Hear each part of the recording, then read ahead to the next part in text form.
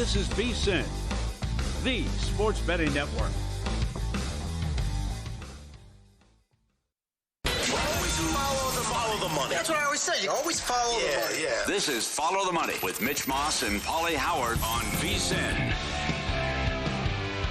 Yes, here we go. Follow the Money. Paulie Howard, John Jastrzemski, VSiN, the Sports Betting Network, Sirius XM, Channel 158. Loaded show coming up. Even though we have nothing going on in the world of sports in terms of games, it'll be heavy NFL today. Cousin Sal, I want some J.J. Craps talk discussion, what he's like at the craps table, what it's like being a Cowboy fan and a win total that he likes. Aaron Murray checking in, SEC Media Days. A lot of picks from Paul Stone coming up. Wes Reynolds on the Big Ten and some futures he likes. And Smitty on MLB. Christopher Smith, Matt's live on the Red Sox turnaround. Good call by Dustin yesterday that the win streak came to an end as they lost Game 2 of a doubleheader. Quick LeBron update we'll get to with Windhorst. When is this going to end? Day 24. So a busy show coming up. How you feeling, JJ? Good to see you, my man.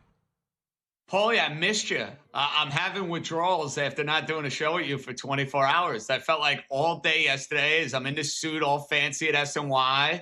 I'm sweating out the Yankees, second half of the double dip, had Milwaukee in the afternoon slate, and I bet against the Red Sox in both games of the doubleheader. So thankfully, Dusty's play ended up being a winner.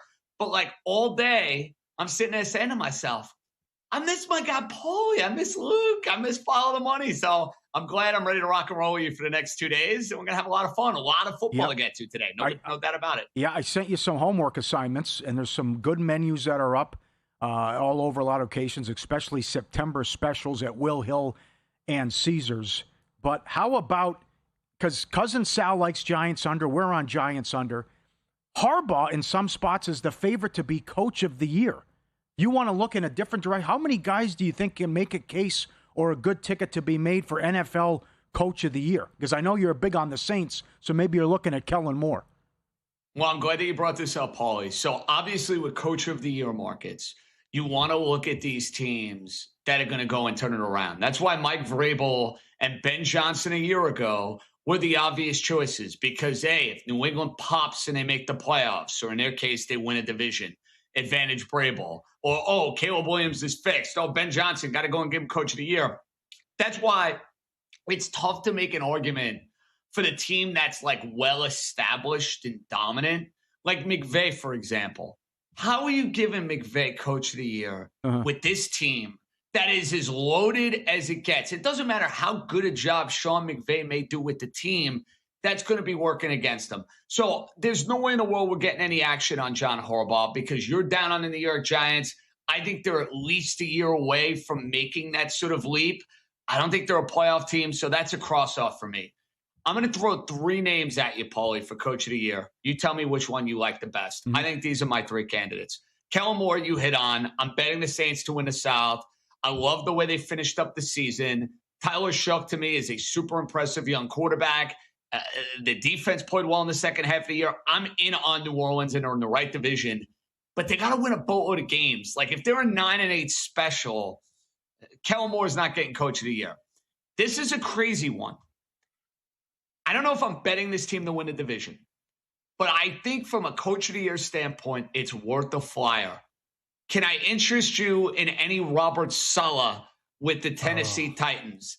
I know. Wow. Paulie, I watched every game he coached with the New York Jets. Yeah. He did not look like the right man for the job. However, I want to preface this. It is the Jets. It is a franchise that has been as dysfunctional as it gets. He went back to San Francisco, got that defense humming despite all the injuries. They hired Dable to be the offensive coordinator, and the division stinks, right? Like, we're not huge C.J. Stroud fans. Indianapolis, a lot of questions. I'm not super bullish on Jacksonville. I think they're a team poised for regression, and it's a good price on Saleh. But the other one I'm going to throw at you, because I think this team might be the best team in the AFC, and because of the fact they made a coaching change, if Buffalo goes and has, I don't know, a 14-3 type of year, is there a case to be made for Joe Brady? Those are the 3 names I'm looking at. I had them circled too, and I thought the same thing. Like, how many games would they have to win? It's kind of like the same thing with Saleh. Is 10 good enough? 9? playoff team. Is that even possible? What Tennessee can do in that division? But certainly you can make a case for Brady, but they're going to have to win a ton of games. And I think your number's spot on. About 14 would get it done. Something like that, he could do it. I wrote down Shanahan 40-1, Stefanski 15-1, and then I got to put O'Connell in there too, which I don't know how it's going to go in Minnesota. Our guy Paul Charchian says it's going to be a down year because they have no depth, and if there's injuries, they're screwed. But the magic this guy can work with the quarterback position and what they did last year with the crap they had, if Murray can play at an elite level or even be above average, how many games they could win, and how he's turned into the quarterback whisperer, I had to put him on there with my list as well. And I get that, Paulie. That makes sense. Listen, that coaching staff in Minnesota, I think, is stupendous. O'Connell takes teams to the playoffs. He's done it with a variety of different quarterbacks. Brian Flores got to work on his people skills. But as far as Brian Flores coaching up a defense, that guy is a mastermind. I mean, he did it in Miami. He's now done it with the Minnesota Vikings. Here's the problem I have with them, Paulie. It's a major problem because I am the same wonderful human being that each of the last 2 years, sir, invested in the Arizona Cardinals as overs. And I vowed after last year, and I'm sticking to my word because, as you know, I am very much a nuanced man of principle. I, Paulie Howard, am not getting in the Kyler Murray business ever again. Okay. I need to see it. I understand the case. He's done it with quarterbacks who are less talented. Very true. Roster does have talent. Very true. You mentioned a lack of depth. I think it's a fair question. The division is really, really good. I mean, Green Bay's in the playoffs every year. Detroit has a ton of talent. Chicago just won the division a year ago. And once again, I'm not getting in the Kyler Murray business. So if people want to go and bet the Minnesota Vikings, be my guest. I totally understand why you would go and dip your hand into that cookie jar. This esteemed VSiN panelist, Paulie, will be staying away. Sounds good. I'm glad you brought up Campbell, too. He's 25-1 at Circa. And a lot of people are high on Detroit because of the lousy schedule they play. Maybe if everything works out for Detroit and they win the division, he would get a look. O'Connell's 20-1, Shanahan 40-1. How about maybe not necessarily a bad coaching job, but it just doesn't work out and teams with high expectations flop this year, as we see it happens a lot. Everyone likes to talk about worst to first, but we usually have a first to worst that happens. Do you have a couple teams that could fall on their faces? Yeah, I do. And listen, one of them is very, very obvious. And I feel like everybody's going to bring this one up because the schedule is much harder. They have Josh Allen in the division. And I know New England on the surface improved offensively. Hey, they add A.J. Brown. They're going to add Romeo Doubs. So you're like, oh, my goodness, now Drake May's got something to cook with here. But the Patriots played an absolute joke of a schedule a year ago. Yeah. That is not going to be the case as a first-place team. Then you have the whole Vrabel distraction. So, like, the Patriots profile, Paulie, as the obvious team that takes a step back, that goes from a Super Bowl to, like, they're not going to be a bad team, but do they go from a Super Bowl to, like, 8 and 9? I can definitely live in a world where that happens. The other one I'm looking at, and I know there are some people around the league who are super, super high on the Chicago Bears because they're all in on Ben Johnson. They feel like Caleb Williams unleashed and unlocked something down a stretch of last year. But I think that Bear front is atrocious. It's absolutely positively atrocious. And when you can't get after the quarterback and you can't rush the passer, I think that's incredibly problematic. And Paulie, all the wise guys will tell you this too. The guys that do this for a living that are as good as it gets.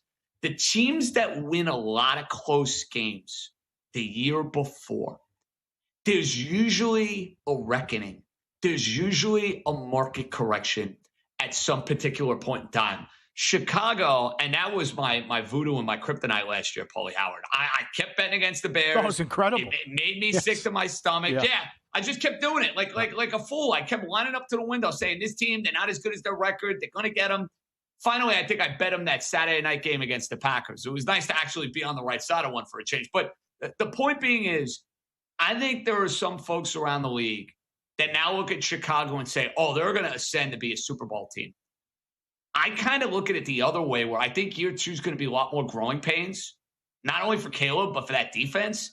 And I think they regress to being like a 500 type team. So I gave you New England and Chicago. Your thoughts? Yeah, not bad, especially with the Patriots. I think those are strong. I wrote down KC, Seattle, Chicago, just because the historic factor that they set the record for wins when trailing in less than 2 minutes. And I could see some negativity with Green Bay, too. I was high on them last year. But remember, they were 9-3-1 and had a big lead in Denver. And they closed the season with the 5-game losing streak and how LaFleur butchered the playoff loss against those Bears that we just talked about. So coaching concerns, quarterback concerns, the contract's absurd. He makes 2 dumb plays every game. Speaking of love, maybe there'll be some anti-Green Bay stuff there as well. But I think you're onto something there with New England, just how they got hit by the deck with the schedule, what happened. And you didn't even mention Micah Parsons and what his deal is going to be at the beginning of the year and what that injury timetable looks like. I was super high on the Packers last year. I am not high on them this year. I'm kind of very much in between on them. Detroit's the team that should go win that division. The schedule you hit on is an absolute joke. The only fear with the Lions, Paulie, teams that miss a window. Yes. I worry the Lions could have been one of those teams. Up 17 in a championship game, 1 seed, losing to Washington when they're a huge favorite. That's my only fear with the Lions. Yeah. Everything about them, though, profiles as a team that should go and win double-digit games. Okay. Also, some people feel the same way about the Bills, too. No doubt about it. All the chances, and they couldn't beat Kansas City. There are 2 great props we can talk about coming up next. One in college and one in the NFL. We'll share those coming up on VSiN. Follow the Money, the Sports Betting Network. Paulie and JJ.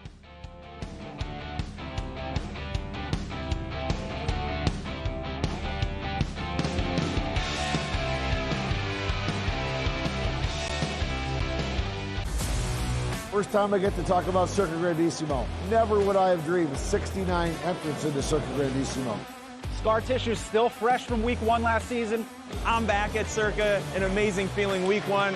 It's such a different ball game where over 15,000 entries move on to week 2. The bomb is coming. We just don't know when. That's the NFL. Any given Sunday, anything can and will happen. Rule number 1, survive. Wednesdays at 9 p.m. Eastern, only on VSiN. This is VSiN, a network of sports betting analysts, writers, hosts, and handicappers, all here to help you become a more confident bettor. We broadcast live every day from Las Vegas, the sports betting capital of the world, and from studios across the country, giving you insight from every angle of the action. Take VSiN with you wherever you go with the VSiN Watch app, or catch us on streaming platforms and regional sports networks. You can also listen live on SiriusXM Channel 158 and on radio stations nationwide. Check out VSiN.com as well for betting tools, exclusive betting splits, AI-powered player prop projections from Opta, pro picks for every game, plus in-depth betting guides and articles built to give you an edge. From sharp betting analysis and daily best bets to insider interviews and expert breakdowns, VSiN is your trusted source for everything happening in the world of sports betting. See everything we have to offer at VSiN.com and become part of the Sports Betting Network. Elevate your sports betting game with VSiN's exclusive betting splits.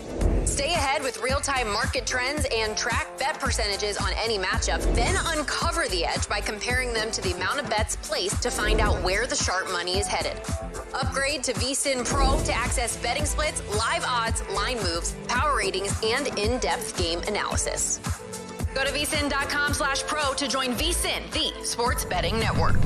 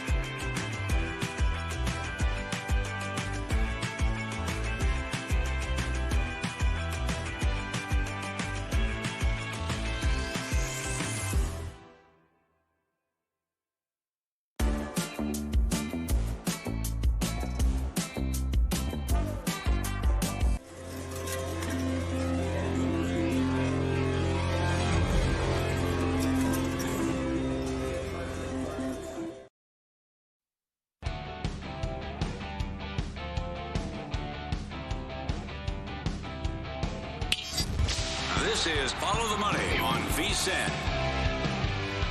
Great to talk football. Hall of Fame game August 6th. SEC Media Days roll on. Aaron Murray, Paul Stone coming up later in the show. I am taking this from Paul Stone. He'll elaborate and expand on this coming up. But this is a fantastic prop in college football, and we'll get back to the NFL in a second. But this is so good. This is at BetMGM, JJ.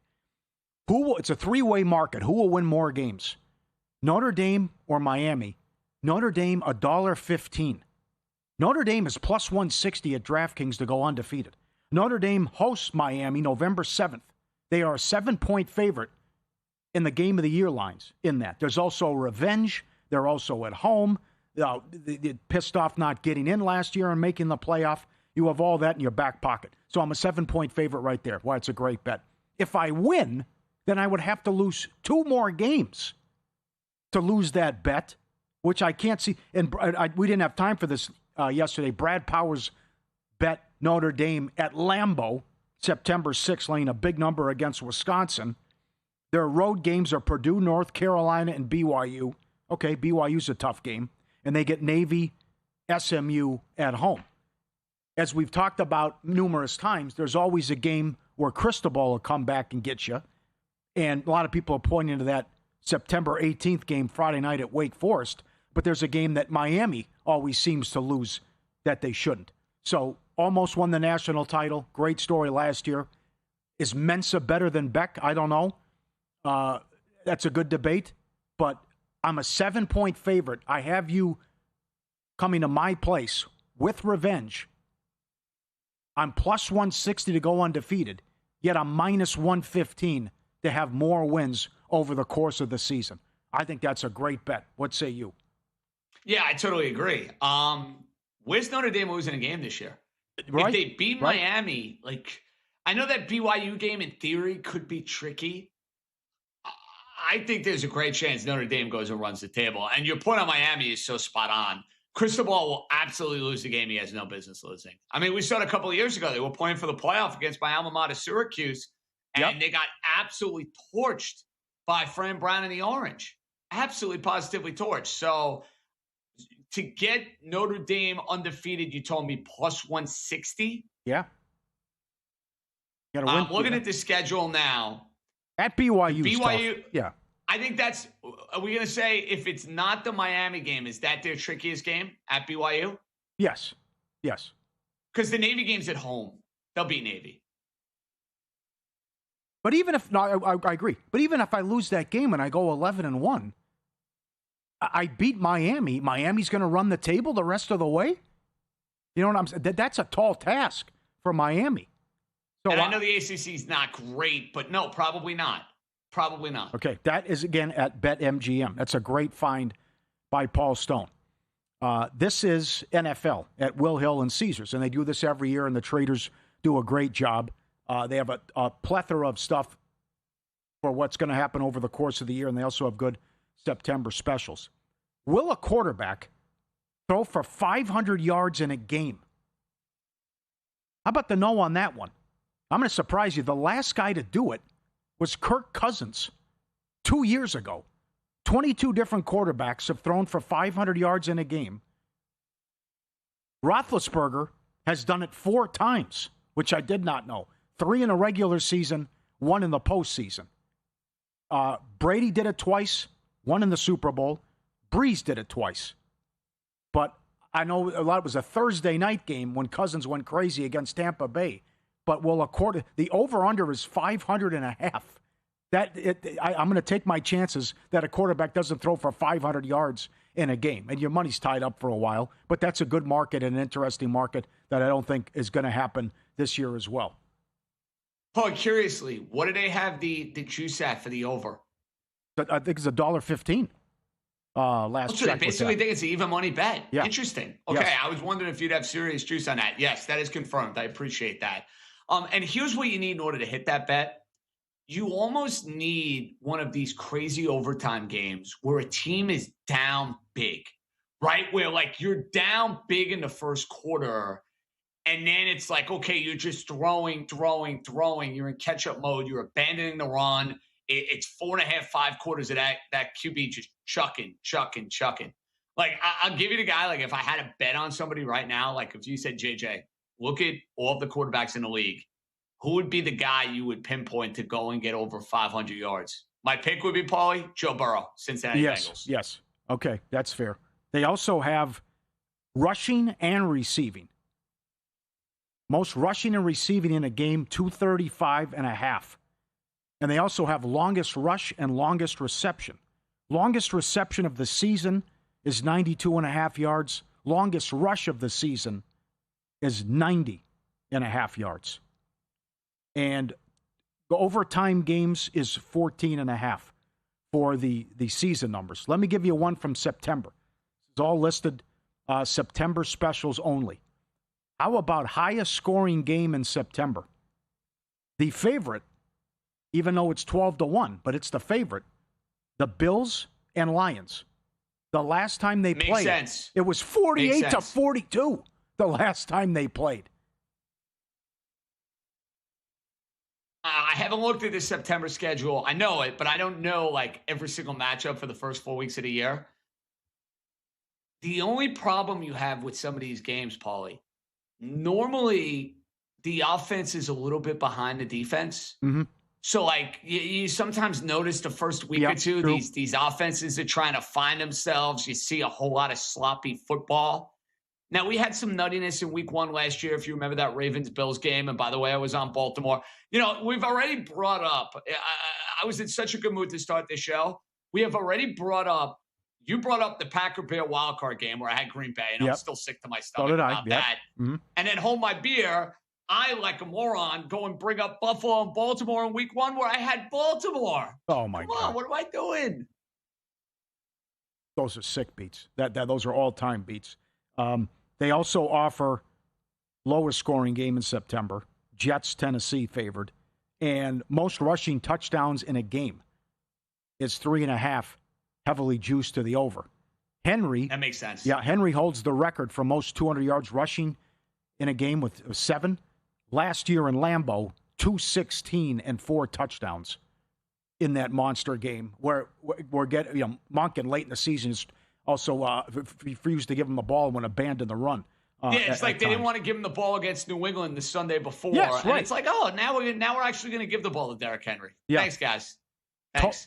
League leader for interceptions, 16.5 for a quarterback. Geno led last year. Geno. It's got to be Geno. Geno's got to be the favorite there, correct? How about that line? Well, he's going to lead us to the promised land, what Glenn said.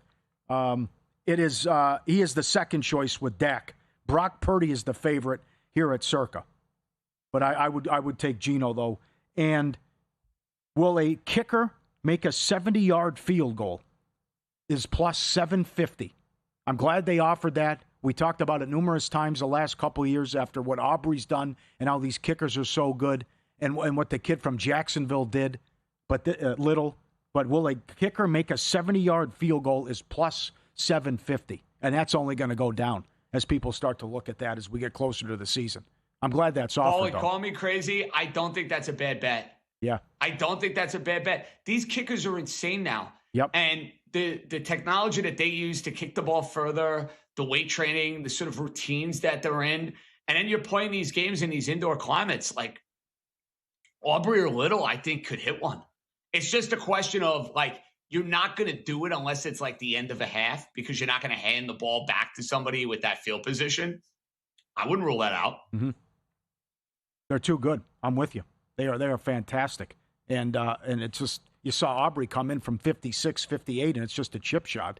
And even how McCarthy would treat him there at the end of his tenure in Dallas, and Schottenheimer as well. So a lot of those available. Good find from Paul Stone. He's coming up later in the show to talk SEC, and he's going to give out a 6-1 shot as well. And Aaron Murray on the SEC.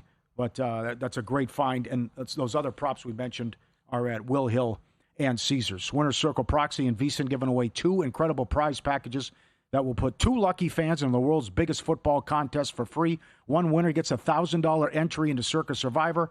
Another one will get a $1,000 entry into Circa Millions. We are up to 5 entries in the Grandissimo, the $100,000 buy-in. Both winners get a full season Winner's Circle Proxy service and a free month of VSiN Pro. Enter by Sunday, August 2nd for your chance to win. Visit winnercircleproxy.com/VSiN to enter today. winnercircleproxy.com/VSiN. Twins lead the Guardians 3-1 in the 12th, and they still can't hit. Tampa trying to go 8-1 this year against the Blue Jays. It's 2-1 Toronto in the 5th in a light baseball card. Up next, the story of baseball continues to be the Boston Red Sox 20-3 run. We'll talk to Christopher Smith, who covers the team, up next. How ugly was it, and what turned this season around? His answer may surprise you next on Follow the Money, VSiN, the Sports Betting Network.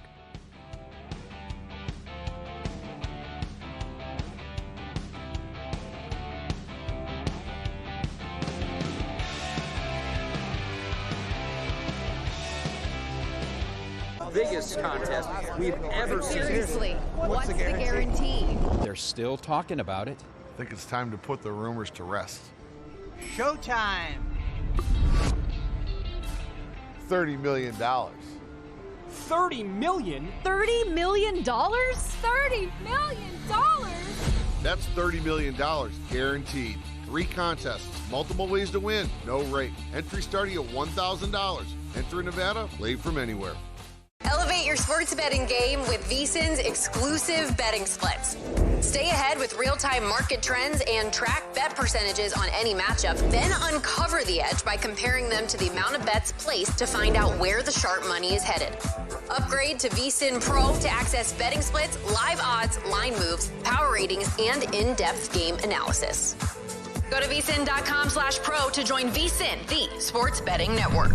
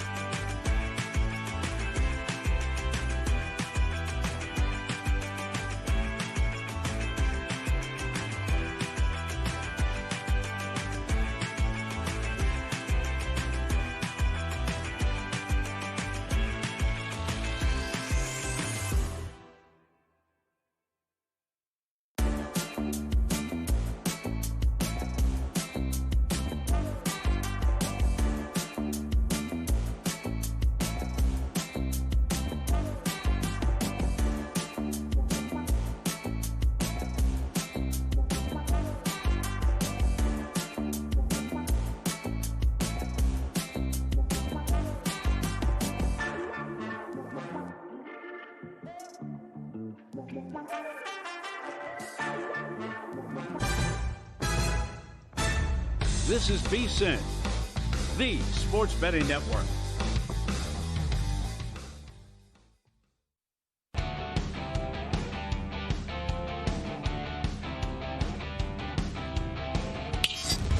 This is Follow the Money on VSiN.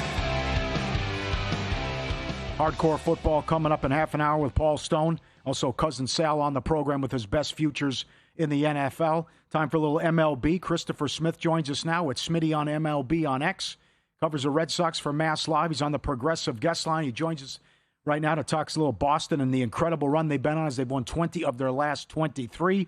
Appreciate the time, sir. But we get emails from time to time that would come in. I can't stand this team. They can't hit. I can't imagine what it was like to cover the team and be a part of it. Can you share how dark it was when this team with high expectations started 32-46? Yeah, so like even from the first road trip, I was on the first road trip, and I mean some of the quotes that were coming out of that after the, I think they went it was like 1-6 or 1-7 on the first road trip, and on the last day, you never heard a team like just so depressed and so like extreme. I mean, this is baseball. It's a 162 game season, and they were flabbergasted, and their jaws dropped like when they were talking to us, and so it was kind of there was a very morbid feel in the clubhouse throughout that first road trip. And then it just continued on throughout the year, right? Like just in the way of not being able to put the ball in play with runners in scoring position, not scoring at all. They fire their manager. They fire several other coaches. And you looked at it on June 24th, they blew a 3-run lead to the Colorado Rockies, who stink, in Colorado. To drop to 14 games under 500. And they're coming home to play the Yankees, who have, were first place. Well, I don't know if they were first place or the Rays were at the time or if they tied, whatever. But I was saying to people, I was like, this could get really ugly. I was like, if you're talking about Craig Breslow's job security, like when we saw Chaim Bloom get fired, it was during the September Yankee series in 2023. And so the ownership doesn't like to be embarrassed, and especially against the Yankees. And so if therefore, if this snowballs and they lose 3 or 4 or 4 or 4 to the Yankees, you could maybe see a firing here. And instead they won 4-4 and they've been red hot sent. It's pretty remarkable. It's hard to put it is in remarkable, because, Chris. I covered I covered the 2018 team, and it was just it was the best Red Sox team in history. I mean, they won 108 regular season games. That's the most in franchise history, and it just seemed like every day they were winning. And they never went on a streak of more than 10. So to go on a streak of 15 and tie the franchise record for a team that was 14 games back, just like not that long ago, it's pretty crazy. So my question is, Chris, because I'm a huge Alex Cora fan. I thought he was one of the few difference-making managers in the sport. Felt like the Red Sox overachieved the last few years. He got the most out of them. They make the managerial change, and I'm like, oh, boy, you getting rid of this guy? How are you going to look differently? How are you going to actually go and play better? And to their credit, they have. They've pitched really well. But their interim manager, Chad Tracy, they get him from the minor leagues. What has he provided this team? What has he brought to the table that maybe he didn't know about him when he got the gig? I always heard great. I mean, I had met him a few times when I went to Worcester to get some stories on prospect. Everybody raved about them down there. They were like from the baseball or from the media relations department there to the even reporters covering the team. They were really happy he got the job, but they were sad to see him go because he was, such a pleasure to be with every day and to cover. And he's very genuine. He doesn't get too high. He doesn't get too low. And I think he works well with young guys. And right now, that's been an important thing, right? Like they always had the pitching. But right now they've had to integrate younger guys, less experienced guys with guys on the IL like Trevor Story and other guys like that. Roman Anthony has been out for a long time. And so they have had to take guys with less experience, and those guys have done a good job just putting the ball in play, moving runners over. They're bunting more. I think that it not only has to do with Chad Tracy, but it has to do with the personnel he has right now. Now, how long can that go? I mean, they need to supplement right now. They need to, they need to get a better shortstop than Chang. But look at, they're like 12-1 or 12-2 when he's been the shortstop and he's playing extremely good defense. So there's a lot of guys that are helping out in that way in getting the ball in play, and like a Siegler guy, like not much experience, but so I think he does well with these type of players. Alex was always a veteran guy, right? Like that 2018 team was very veteran. You look at the 2021 team, they had a lot of, experienced guys, even from like, Kike Hernandez. And so he does better with those teams. I thought when I was on the radio locally after they fired Cora, I said, maybe this will shift because, Chad, maybe he's just better with these maybe he'll be better with these young guys. And it didn't look good for a while, but right now it does. And, he's got the right mix and, but now they have to supplement it at the deadline. Christopher Smith, our guest on the Progressive Guest Line, covers the Red Sox for Mass Live. He's got a great article up there. He tweeted out the turnaround and how it started when they were 32-46. He's at Smitty on MLB on X. Oh, so you led me into it. Do they make moves at the deadline, and can this team make a deep postseason run in what feels like a wide-open American League? Yeah, I think they need to get a hitter, right? Like, you look at it and everybody says right-handed hitter is important.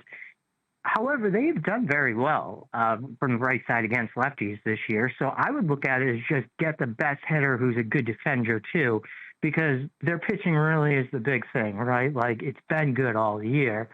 And, finally, now that the bats have come around, now this pitching and defense thing works.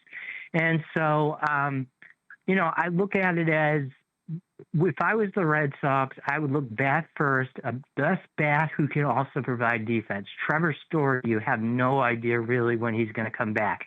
You have no idea when Marcelo Meyer's coming back. I would look for a shortstop. And, whether that's Zach Nato from the Angels or somebody, C.J. Abrams. I know C.J. Abrams from the Nationals isn't exactly the best defender. Mm-hmm. And I think it's important to get the defense up the middle. As I just said, Chang's providing great defense and they're, winning every game with them there. And so I think the combination is important, but you need to get, another bat in the lineup. And if he can, hit too, that's a great thing. But, I mean, if he can play defense, too, that's a great thing. I would look to shortstop and left field because, Jaron Duran has not produced this year. You have no idea if Roman Anthony is going to come back to play left field. So maybe get an outfielder or shortstop, look in that area. And can they make a deep run? Do you think that's possible? I mean, the way that I always thought like this was a team set up for the postseason, but that was before Crochet went down too, right? Like, if you're a pitching and defense team, pitching and defense wins in the postseason. We saw, the 2013 Red Sox winning so many games. Like, that there were games that they won, like the Verlander, who was on the mound in that game? I don't know, but it was Verlander against somebody, and they won that game 2-1. All they needed to do was hit a solo home run and win that game on the road in Game 3 of the ALCS. And so I think that you obviously you have to score some runs with those, but pitching is so important. And so I think they have the pitching staff to make a deep run. However, it would be way easier if they had Crochet too. Yeah. But the guys like Suarez and Gray are providing so much that I think they could, they would be good in any series, 3, 5, or 7 game series. It's a great article you have, my man. Thanks for a few minutes and enjoy the rest of the season. Thank you. All right. Thanks for having me. Christopher Smith, Smitty on MLB, covers the Red Sox incredible 20-3 run. They finally lose as the winning streak came to an end. But what a job and great story that's up there that he tweeted, and what a turnaround to be 32-46. Fan base livid, furious, sell the team, all of it, and now a 20-3 run, JJ. Two guys to watch here. If they're going to go and make a serious October run, can they get Roman Anthony's bat back in the lineup? Think about what a game changer he was a year ago. He's barely played. And, Paulie, you remember that guy Crochet?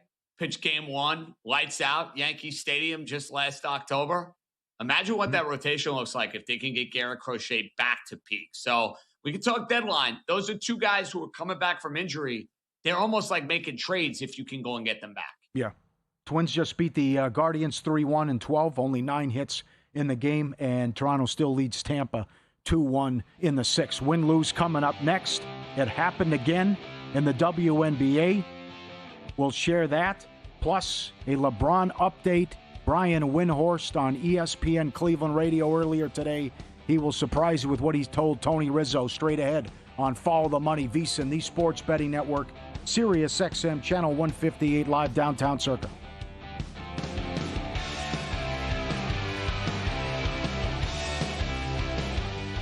Circa Survivor, the quest for $18.7 million. More money, more excitement. I'm from Perth in Australia. Toronto. We added a new wrinkle, a $100,000 buy-in contest, Grandissimo. All the big dogs are coming out for this. It's the Superman of Survivor pools. $3,743,600 for each Circa Survivor. New episodes Wednesdays at 9 p.m. Eastern, only on VSiN. Check out Stormy and JVT on Money Moves, only on VSiN. They are last in the division last year, and they were still 9-8, which was better than the winner of the NFC South a season ago. My eyes have not come across English words that have said that J.J. McCarthy is killing it. They'll take you on a fun, fast-paced journey, weaving in everything you need to know to make an educated bet, while also not shying away from the excitement of a same-game parlay sweat. Money Moves, weekdays at 2 p.m. Eastern on VSiN, the Sports Betting Network.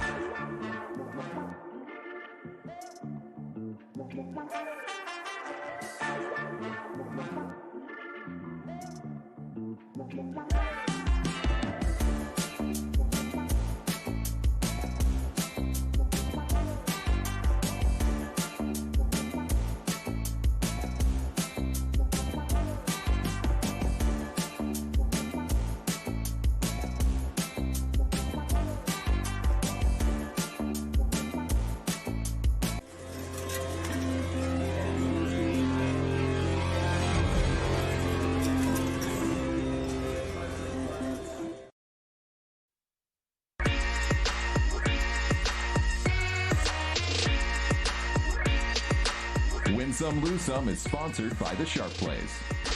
Were you a winner last night? Wow, winning. Or was it a rough one? Well, they can't all be winners, can they? Loser! You're a loser! Paulie Howard recaps the night in sports betting in Win Some, Lose Some. WNBA. Maybe it was because the first two games were early starts. They stayed under. The 4 late games went over. Fever, 177 up to 184. Ice Cream scored 123 points. Dallas, Portland got up to a slow start, still flew over, 173 up to 177. So that makes it a 30-10 overrun. In the WNBA, if you play every game blindly over, with the exception of Golden State, who was a more defensive-minded under team. Keep tracking it, and it's back next Tuesday after the All-Star break. Mystics, 3-1 on the money line. An incredible comeback. Daily specials, MLB. Cole, most strikeouts, plus 750. It looks like we'll get a dead heat today. Sale, plus 175, and Williams, plus 265. Updated numbers now. Day 24, indecision. LeBron, minus $2 to go to the Heat. A win some. Brett McMurphy. SEC Football Media Day records. Fewest, most number of words in a coach's opening statement. Today, Lane Kiffin, 2,807. In 2022, Mike Leach, 5 words. He was introduced and said, "I appreciate that. Any questions?" How long did Kiffin talk for today? 2,800 words before they got to the questions. Oh, my God. JJ, a lot of times I've heard numerous people say this to me, that they could drink ranch dressing. Well, here's your shot, and it's at the Minnesota State Fair. Old Ranch Hand. A ranch dressing. Can you imagine? I know. It gets worse. I'm disgusted looking at it, Paulie. Ranch dressing, flavored cream ale with a ranch salt rim. Look at that. I'd rather go sour cream than ranch. I like ranch. You don't. But I can't imagine drinking something like that as a beer at the Minnesota State Fair. Oh, they think of everything, unfortunately. Here's the question, Paulie Howard. How much money would I need to be given in order to go and guzz down that entire tall boy or that pint right there? 1,000? I think I would need no more than that. Yeah. I would say minimum $5,000. You hate ranch that much? Okay. It just looks repulsive. Yeah. No, thank you. Yeah. Is there anything else on your list? Things you hate, can't stand, sides, whatever, foods, different, whatever it could be. Anything rival ranch? I have a very eclectic taste of food, which is no surprise as a New Yorker. Things that I will not eat. I am not a fan of pickles, which is very unpopular. A lot of people like the pickles. I'm not a fan. I get annoyed when they even put them on my plate. Okay. I mentioned ranch and blue cheese. I'm out on that. That's about it. I like fruit. I like vegetables. I'm pretty easy. I'm pretty go with the flow. Okay. Bad beats. Sky money line 3-1. The meltdowns last night. They were up 8 with 55 seconds and lost in regulation. How does that happen? Aces money line up 9 with 350, and they blew it. And I saw a couple listeners had this, condolences. I think one guy had it finished off a ticket. He sent it to us on X. San Diego, Atlanta under. It was 1-1 in the bottom of the 8th. 7-6 final. Goodness. 7-6 final. 1-1 bottom of the 8th. Brutal. Sports calendar never stops. Sharp Plays covers it all. Winning for 15 straight years. Jeff and the crew are phenomenal. They've been with us since day one. All of it documented and posted publicly at sharpplays.com. Respected, watched, and feared. They reach out to over 500 sources and bettors worldwide and send out that info in real time to subscribers. Start winning with them at sharpplays.com.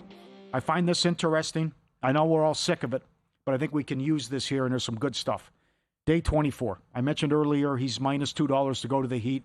I think you can throw out what happened, though, with the mistake after Miami put that on social media with the YouTube clip, about the July 27th press conference. Brian Windhorst. There will be no intro presser for LeBron.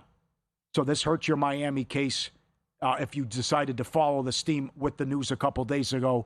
He learned from the not 5, not 6, not 7, the first time he went to Miami, so there will be no intro. Hey, how you doing? Good to be here. And I think that's good info from Windhorst. Here is Windhorst earlier today with our friend Tony Rizzo, ESPN Cleveland, about nobody seems to know anything with what's going to happen. I know that you don't, that you would prefer it as a sports fan, as a Cavs fan, to be able, and maybe your best friend's cousin's aunt's sister's hairdresser says that LeBron is coming to Cleveland. Maybe they're right. And if they're right, I will offer them congratulations beyond belief. Yes.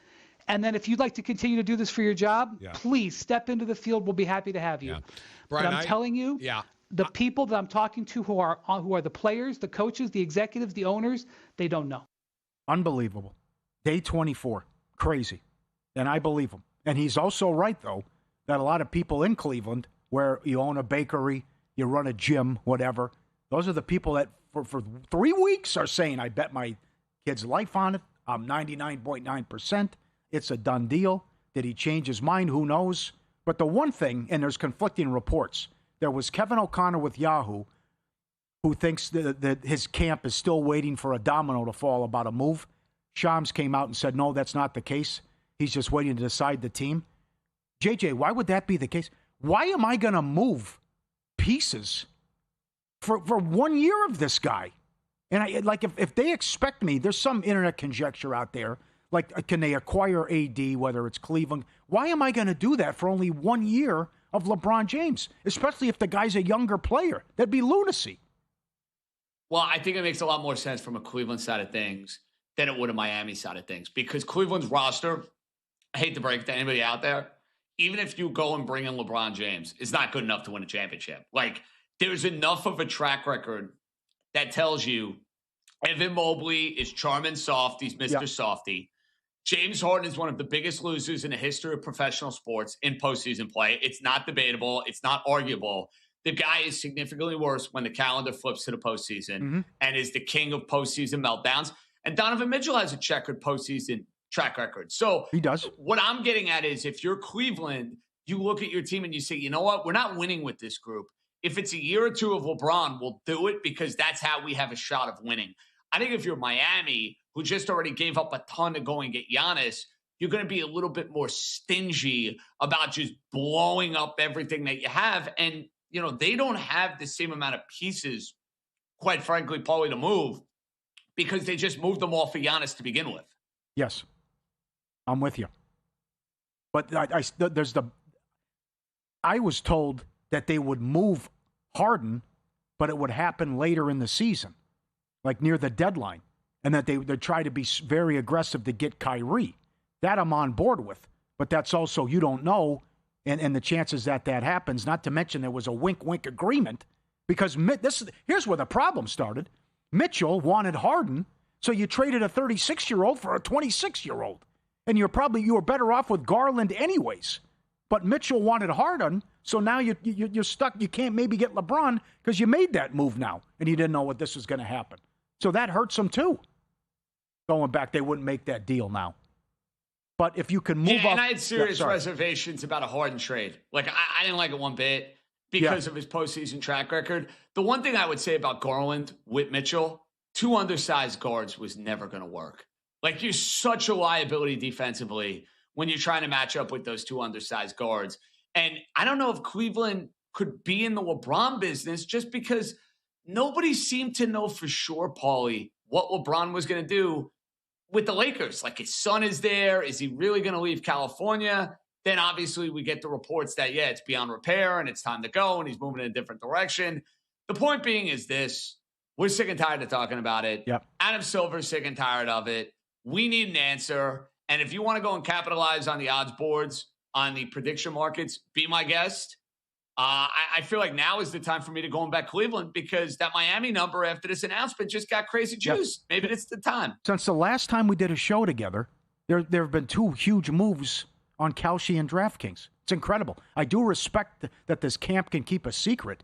But the other thing, I mean, this is how narcissistic is this guy that we're on day 94. Or excuse me, day 24, feels like 94. But this is a week after your boss said, let's go. We have to make the schedule. And that pissed him off even more and said, I'm just going to take even longer now. I think out of spite, Paulie. He's doing it out of spite at this point. He's like, Silver wants me to rush. No, I'm taking another week. The hell with you. Huh. So Paul's got a camp in Cleveland this weekend. You would think it'd have to make, but in any event, to put a ribbon on it, to wrap this up, I think if you made that bet on Miami because of what happened on YouTube and firing the employee, much ado about nothing, because there won't be an intro presser because of the debacle the last time you went to Miami. Back to college football up next. Paul Stone to talk SEC, a great